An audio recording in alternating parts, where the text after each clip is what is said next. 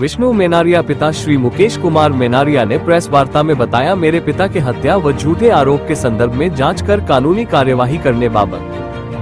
नमस्कार, मेरा नाम विष्णु मेनारिया है और मेरे पिताजी का नाम है मुकेश कुमार मेनारिया।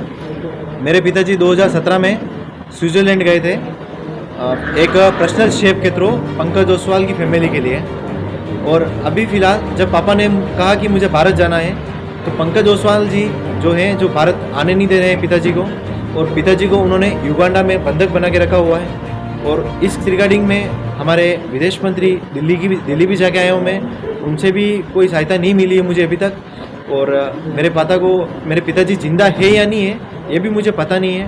और मैं भारत सरकार से यही चाहता हूँ कि जल्द से जल्द मेरे पिताजी को भारत लाया जाए और पंकज ओसवाल जी ने किडनैप क्यों कर रखा है इस बात का पता लगाया जाए।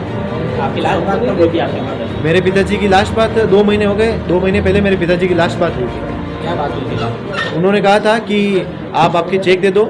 मेरा और मेरी माताजी का चेक लिया था उन्होंने, अगर मुझे जिंदा देखना चाहते हो तो चेक दे दो। तो इस रिगार्डिंग मैंने मेरे पापा के लिए मेरा चेक दिया और मेरी माताजी का चेक दिया। तो वो चेक उन्होंने 70-75 लाख के भर के भी डाल दिए, जबकि आज दिन तक न तो मेरे अकाउंट में न मेरे मदर के अकाउंट में उनका एक भी पैसा कभी क्रेडिट नहीं हुआ।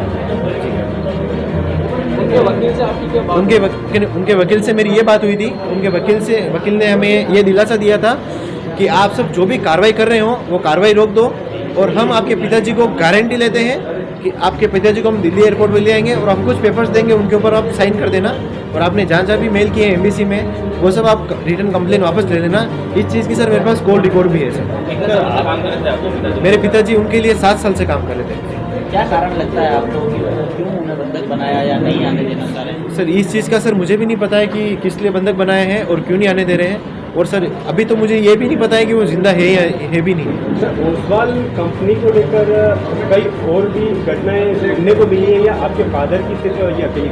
नहीं सर, ओसवाल फैमिली को लेकर और भी घटनाएं सुनने को बहुत सारी मिली है। जो कंपनी है ओसवाल कंपनी जी के लिए आपके फादर से? जी ओसवाल कंपनी है, उन्होंने बहुत से लोगों के साथ ऐसा कर रखा है।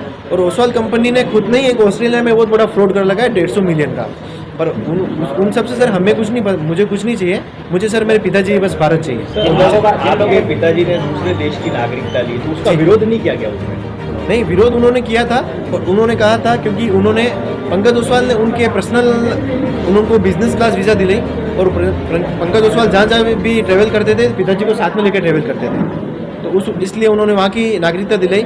जबकि पिताजी को तो ये भी पता नहीं है कि वहाँ की नागरिकता है या है भी नहीं, क्योंकि पिताजी पढ़े लिखे भी नहीं है मेरे पिताजी, और साइन भी हिंदी में करते हैं, तो इंग्लिश आती नहीं है, तो वो कहाँ से सर नागरिकता ले सकते हैं सर? वहाँ की नागरिकता लेने के बाद सर उनके साथ में पापा 7 साल से हैं सर। पहले सर दुबई भी थे, दुबई 8-10 साल से पहले दुबई काम करते थे। लास्ट लोकेशन आपके फादर की कहाँ दिखाई? लास्ट लोकेशन मेरे फादर की बॉम्बे ग्रैंड हयात होटल की बताई थी सर।